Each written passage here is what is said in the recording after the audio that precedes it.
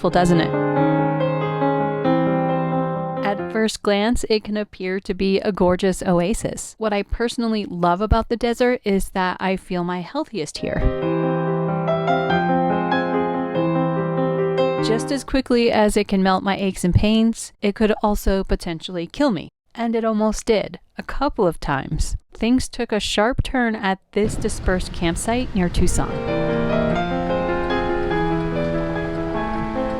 David's gone for a walk down the road to see if there are any campsites that we can fit into. If not, we're going to stay here for the night.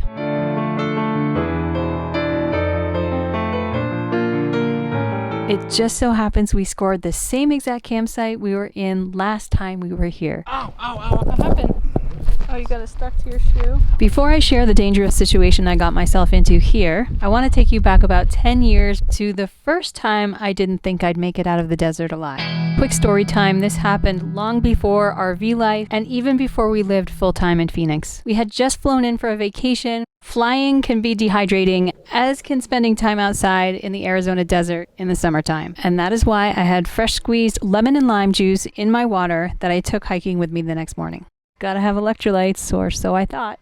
On the way down our mountain hike, the bees discovered my infused water, and because of that, unfortunately, I had to ditch it on the trail, and that just created a whole other bad situation. After getting down the mountain, there was still a long trail back to the rental car, and this is where things took a turn. I got really red and hot, and every step I took felt like it was going to be my last.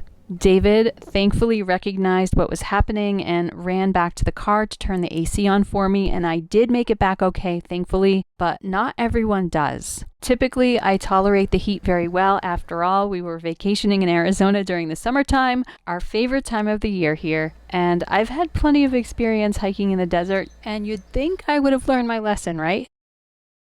Good morning.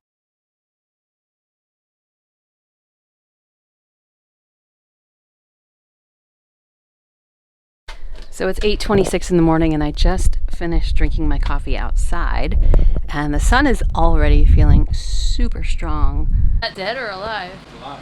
We found 3 spiders inside of our living space before we got here, so I'm not sure if this guy hitched a ride or if he's new. It seems like spring has woken them all up, and that's something you want to be mindful of because there are venomous spiders in the desert. I actually had a scary incident with one at a vacation rental years ago that included a call to poison control. My advice to you is to inspect and shake everything off before bringing it inside, including yourself. This is my recording studio, and this is my little assistant.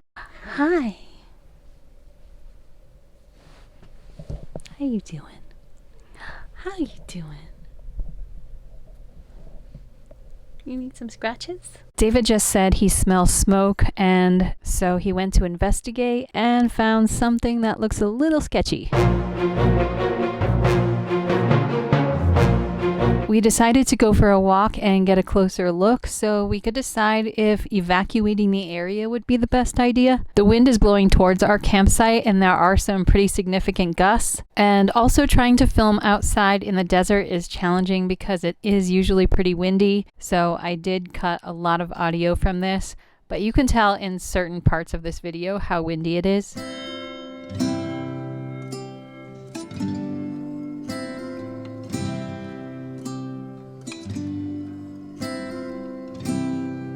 It ended up taking an hour for anyone to show up and start working on the fire. At least someone's there. I didn't think we were going to walk that far. I just kept going, not thinking. I was pretty hydrated this morning. I ate half a watermelon and I had tons of electrolytes last night. So I can really sneak up on you. Always bring water with you, even if you don't think you're going far. That's my lesson. David ran ahead to get the truck and some water. He's not that far away, but my heart feels heavy. He told me to stop, but I just want to keep walking because it's really hot. I usually love the heat.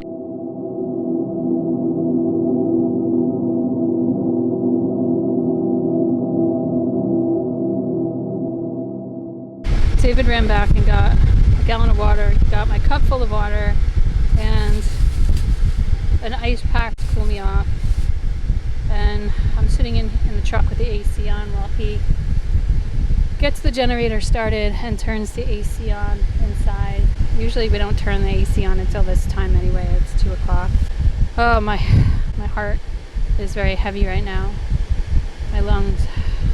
It's not the first time this has happened, but it's been a really, really, really long time. And I was just thinking about this the other day. I just went a little bit further, a lot further than I thought I was going to. I spent the rest of the afternoon in bed, and then once the sun started to go down, I felt okay enough to go for a walk. And that's where, for the first time, I smelled the smell of death.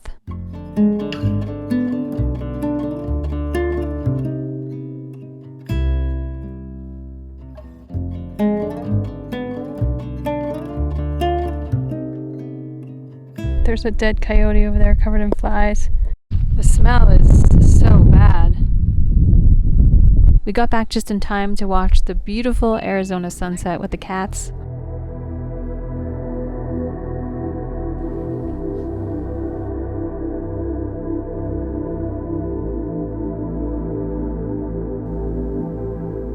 Good morning. You were just snoring.